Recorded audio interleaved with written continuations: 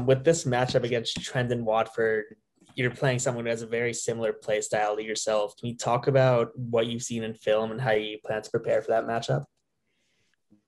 Yeah, overall, I think LSU plays a lot of one-on-one. So that's basically what it's going to come down to tomorrow, I think. And yeah, Watford is a good player, good driver. He can shoot, has a good handle. So it's going to be very tough tomorrow. But I think we have a solid game plan. And yeah, like I said, it's going to come down to guarding these guys one-on-one. Next question comes from Woody Woodruff from Fox 2. Sorry, I had to unmute there. Thanks a lot, guys. Yeah, you mentioned, Franz, defense is going to be key. How difficult will it be on a team that's guard heavy like they are?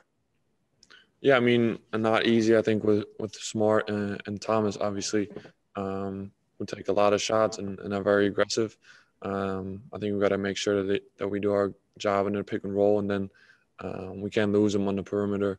They both shoot it from very deep. So, yeah, like you said, we got to be connected with our coverages and stuff like that.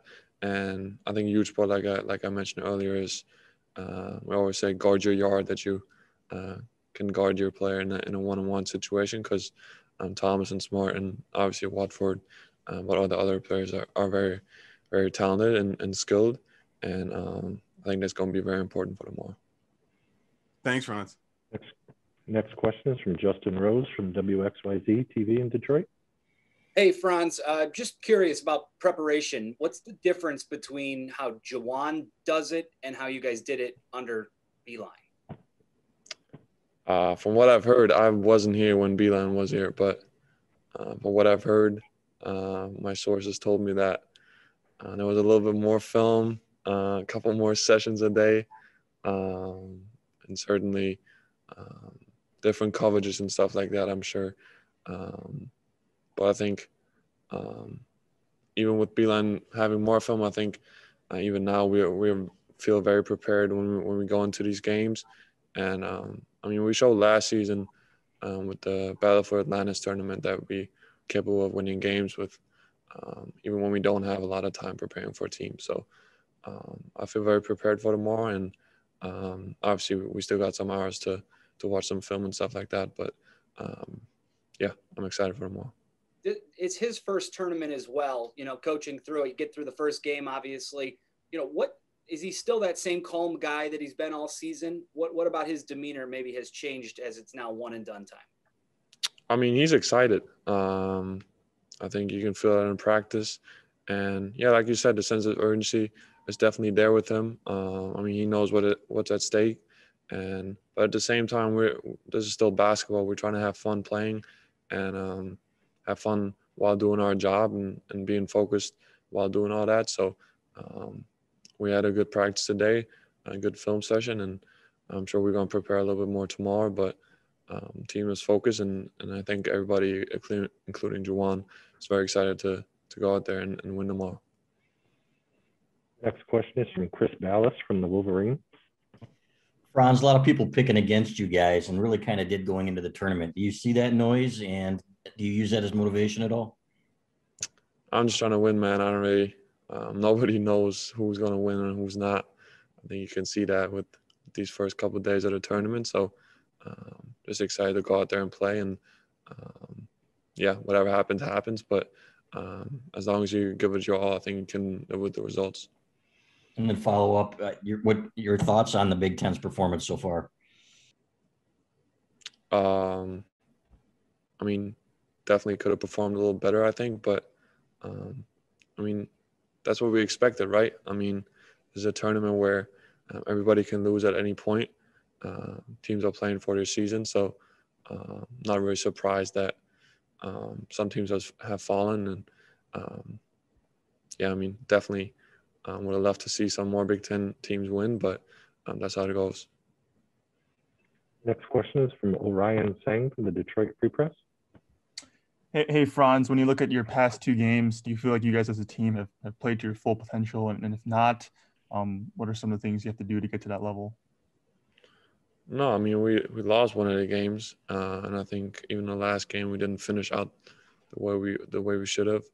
I mean, I'm not going to give everything away. I think defensively we could have done some things better and definitely execute on offense a little better for sure. But in this tournament is really just trying to get a win and then advance to the next round. And obviously the coaches are a lot worried about all the details, but my mindset is just go out there and have one more point than the other team.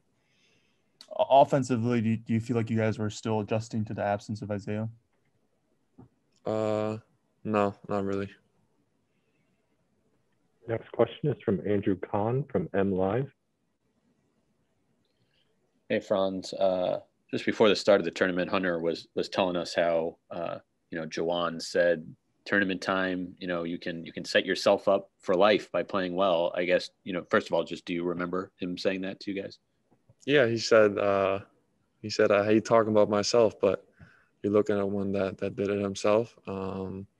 I don't know his exact stats his last year at Michigan, but I'm sure he played really, really good. So I think there's plenty of examples of players that made their name in March, and definitely Juwan is one of them. So yeah, I definitely remember that.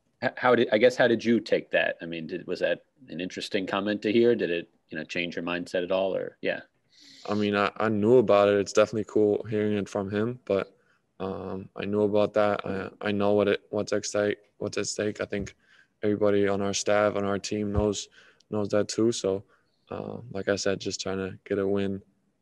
If that's me scoring 100 points or me scoring 5, I don't really care. Just trying to advance to the next round. Thanks. The next question comes from Bob Wojnarowski from the Detroit News.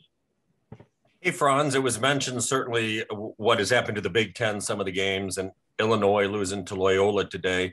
Does that remind you how difficult these opponents are? And facing someone like LSU, you're now facing teams you haven't seen before, as opposed to Big Ten teams all season long. Does that add to the intrigue and the concerns at times? Not the concerns necessarily. I'm excited for the matchup. I'm always excited playing teams that I haven't played before and seeing different styles and stuff like that. With the Big Ten, I think putting it in perspective, I think the Big Ten still had a great season and showed that we had some really good teams in our league, and it was definitely one of the toughest leagues in the country. But yeah, this tournament definitely I mean, everything that happened before doesn't matter from here on out. So, like I said, just trying to get a win tomorrow. Definitely excited for the matchup. Yeah. Thank you. Next question comes from Teo Mackey from umhoops.com. Yeah, Franz, thinking back to this time last year when the tournament was canceled and you decided to come back for your sophomore year, what did you decide that you needed to work on to prepare to be, most ready you could be for this opportunity? Definitely improving my shooting. I think it was very inconsistent last year. Definitely still got to work on that. And then offensively, just trying to do more with the ball, more creating, doing stuff off the dribble. I think I can still improve with that even now. And then defensively, I think it helped a lot that I worked on my body. I knew that was a big thing coming into the summer, and I think I improved a lot. But definitely know a couple of things I still got to work on and improve to get even better. And now, especially without Isaiah, how do you think those improvements, how important do you think those improvements are going into the next, couple games? Yeah, I mean, everybody has to step up their game, including me, obviously. But like I said, people are really quick to judge a game by looking at box scores and stuff like that. I think there's more to the game, and I'm just trying to do everything I can to help this team win. Like I said, if that's scoring, if that's passing, rebounding, defending, whatever it is, I'm willing to do that. And I think everybody else on the team is too. I think we've got a great team. Like I said, we were well prepared for tomorrow, and just try to get a win tomorrow. Thanks. Next question is from James Hawkins from the Detroit News. Hey, Franz, a couple questions for you. First off, you guys faced your fair share of elite scorers in the Big Ten. Ken Thomas is one of the top scorers in the nation. I guess just what stands out about him and what maybe sets him apart as a scorer?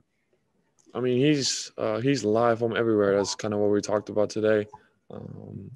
He shoots it very deep. Obviously, he's a good driver too. Has a good handle. Yeah, you just gotta try to take some of those things away. Try to stay attached to him so he doesn't get any easy ones. Yeah, I mean, like I said, it's gonna be very tough tomorrow, especially one-on-one, because they're so talented. But everybody waited for this. This is the time that we all worked for all year. So we're definitely going to be ready. And then secondly, you mentioned how, this is the time of year where people can make names. Your brother Moe made a name for himself a few years ago, and he helped lead the team to the national title. I guess just what do you remember about that run, and what was it like watching him, lead Michigan to a deep postseason run? Yeah, I mean, for sure, I remember a lot about those games. I watch them at home, most times at night. Obviously, really cool to see him play so well in the most important time of the year. I mean, yeah, that's really all I got. I know he likes remembering those times too, and definitely trying to do something like that this year too. Thanks. Next question is from Ethan Sears, also from umhoops.com. Yeah, Franz, I'm wondering with Isaiah kind of being outspoken, wearing the shirt on the bench, just, what are your thoughts on him kind of, I guess, using his voice in that way, using this platform in that way, and NIL generally? Yeah, I mean, even without him, I think Isaiah is still very important for the team. Just having a senior on the bench that knows how to win games in these type of settings is very good, especially for younger players like me and the rest of the freshmen. I think it helps a lot having a calming voice on the sideline, and obviously he understands the game really well and knows what we have to do better when we're out there. So that definitely helps. And just about name, image, likeness specifically, I guess your thoughts on his activism relating to that. I mean, speak out whatever you want to speak out about. I think it's very important that people voice their opinions. I mean, yeah, it's definitely a cool thing to see, but I think lots changing anyway. So no, it's definitely cool to see someone step up. Franz, we have one more for you. We'll have a follow-up from Chris Ballas from the Wolverine. Franz, you played at Lucas Oil. What's it like there? It seemed like the rims were kind of tight, actually, from where we were. And what was the atmosphere like? They're not regulation. I don't know. I think it was a lot of fun playing there. I've never played in a big stadium like that, so that was cool for me. But I mean, once you really warm up and get a couple shots up, I think it's just basketball. Same rules apply. Same things are going to win the game like in any other game. So I think there's nothing different, too different there. Okay, Franz, we appreciate your time. We'll see you tomorrow. Good luck. Thank you. Thanks, guys.